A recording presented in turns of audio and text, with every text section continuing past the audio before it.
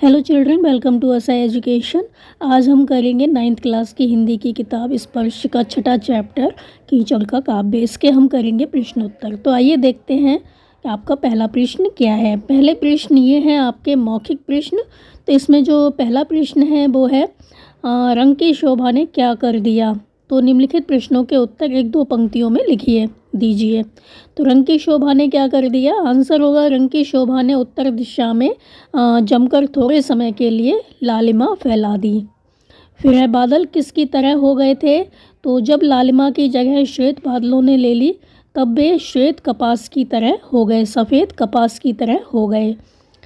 फिर है लोग किन किन चीज़ों का वर्णन करते हैं। तो लोग आकाश, पृथ्वी और जलाशयों के सौंदर्य का वर्णन करते हैं, परंतु कीचड़ का कोई वर्णन नहीं करता। कीचड़ के बारे में कोई बात करना पसंद नहीं करता। तो कीचड़ की सुंदरता पर किसी का ध्यान नहीं जाता।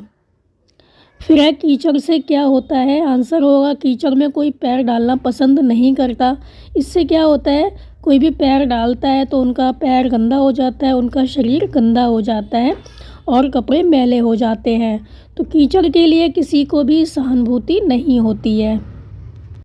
फिर आपका अगला प्रश्न है कि कीचड़ जैसा रंग कौन लोग पसंद करते हैं। आंसर होगा कीचड़ जैसा रंग कलाविज्ञ मतलब कला को जानने वाले और फोटोग्राफर पसंद करते हैं। साथ ही अन्य कला प्रेमी भी गत्तों, दीवारों तथा वस्त्रों में इस रंग को पसंद करते हैं। फिर है नदी के किनारे कीचड़ कब सुंदर दिखता है। तो नदी के किनारे कीचड़ तब सुंदर दिखाई देता है जब वो सूख जाता है और टुकड़ों में विभाजित हो जाता है। जब गर्मी से उन्हीं टुकड़ों में दरारें पड़ जाती हैं और वो टेढ़े हो जाते हैं तब ये जो कीचड़ है बहुत अधिक सुंदर दिखाई देता है। तो नदी के किनारे जब समतल और चिकना कीचड़ एक साथ फैला होता है तब वो बहुत सुंदर दिखाई देता है।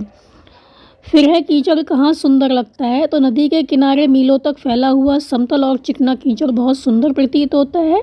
इस सूखे कीचड़ पर क्या होता है, जो बगले होते हैं, अन्य पक्षी होते हैं, वो अपने पद चिन्ह अंकित कर देते हैं। तो उनके जो पैरों के निशान होते हैं इस कीचड़ पर बहुत सुंदर दिखाई देते हैं। तो इस सूखे कीचड़ पर गाय, बैल, पाड़े, भेड़ें तथा बकरियों के पद चिन्ह भी सुंदर लगते हैं।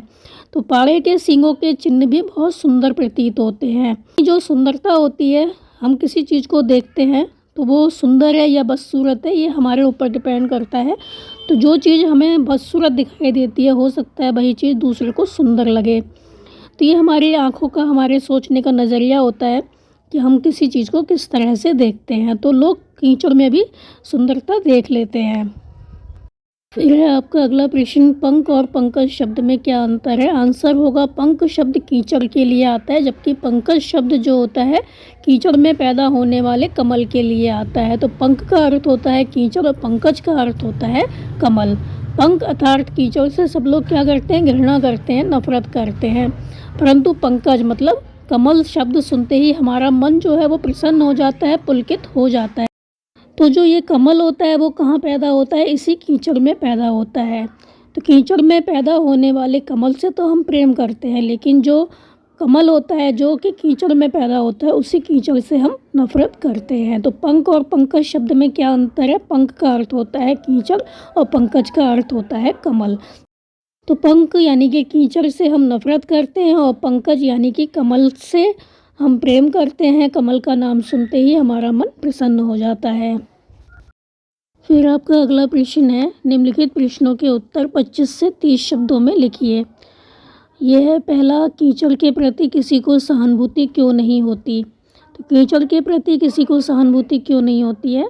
तो कीचड़ के प्रति किसी को सहानुभूति इसलिए नहीं होती क्योंकि लोग केवल ऊपरी सुंदरता को ही देखते हैं, उन्हें ऊपर की सुंदरता पसंद आती है जो कि कीचड़ में नहीं होती है।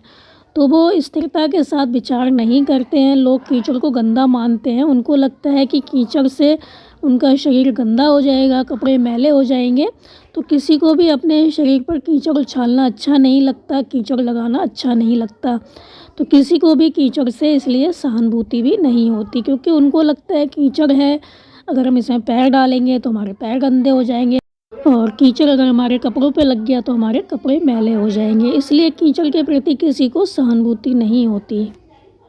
फिर है आपका अगला प्रश्न कि ज़मीन ठोस होने पर उस पर किनके पद चिन्ह अंकित होते हैं।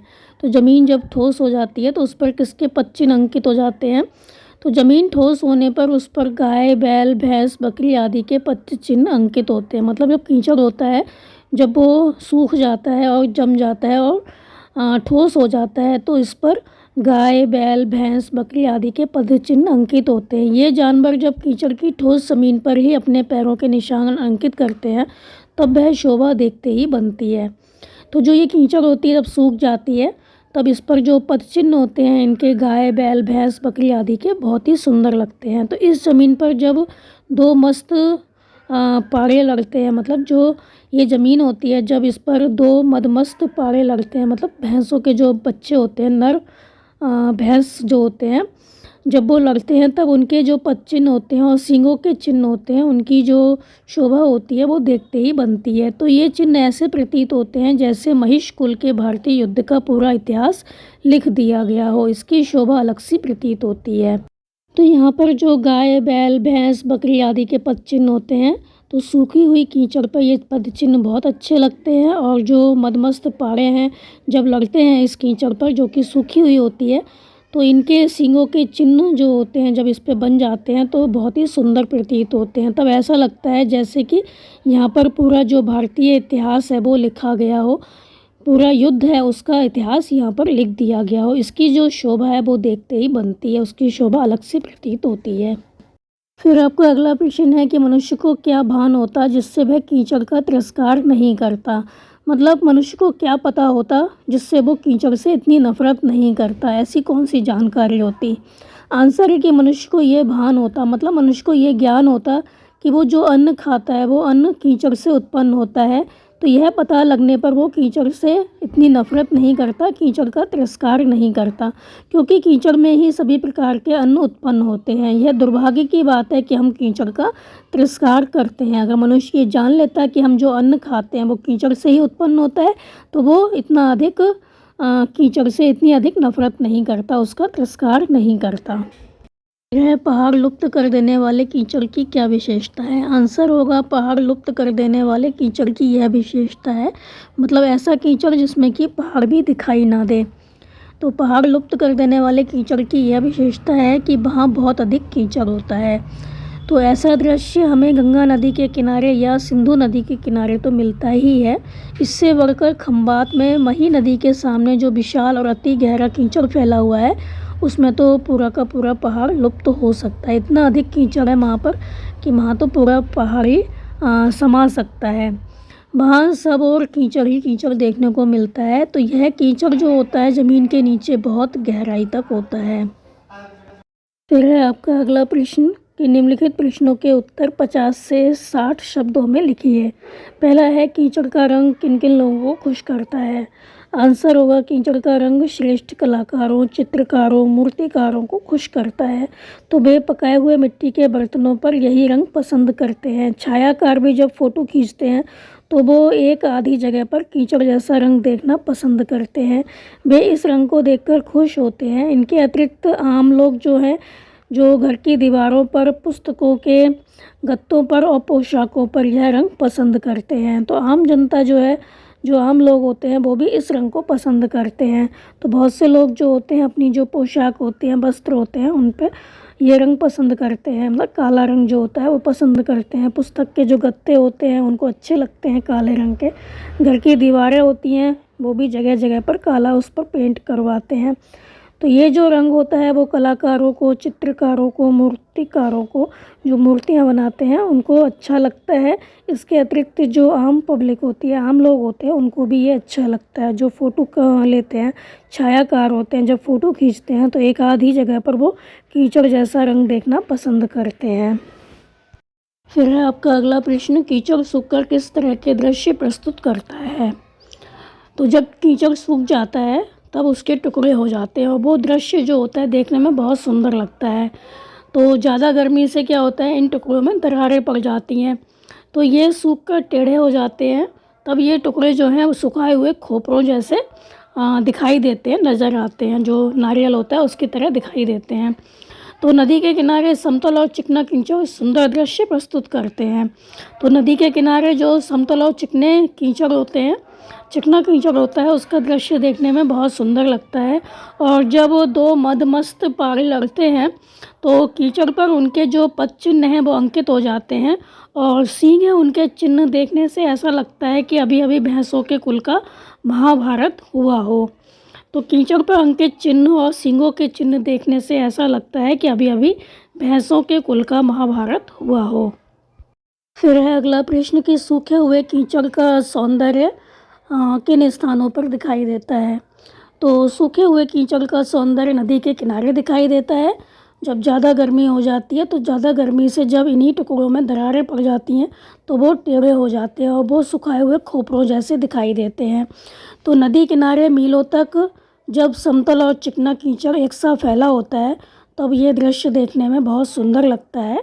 तो तब वह दृश्य कुछ कम खूबसूरत नहीं होता, मतलब बहुत अधिक खूबसूरत होता है। फिर है आपका अगला प्रश्न, कवियों की धारणा को लेखक ने युक्ति शून्य क्यों कहा है। आंसर होगा लेखक ने कवियों की धारणा को युक्ति शून्य इसलिए कहा है क्योंकि वे बाहरी सुंदरता पर ध्यान देते हैं किंतु आंतरिक सुंदरता और उपयोगिता को बिल्कुल नहीं देखते। तो ये जो कवि होते हैं वो कीचड़ में उगने वाले कमल को तो बहुत सम्मान देते हैं परंतु कीचड़ का तिरस्कार करते हैं।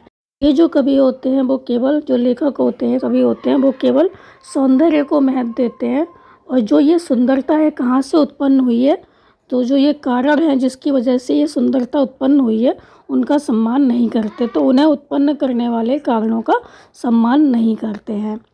तो इस वीडियो में हमने आपको करवाए हैं यहाँ तक प्रश्न। इसके आगे के जो प्रश्न हैं वो हम करवाएंगे आपको अगली वीडियो में। तो आप इनको अच्छे से समझकर याद कर लीजिए और हमारे चैनल असा एजुकेशन को लाइक कीजिए, सब्सक्राइब कीजिए और शेयर करना बिल्कुल मत भूला करिए। Thank you.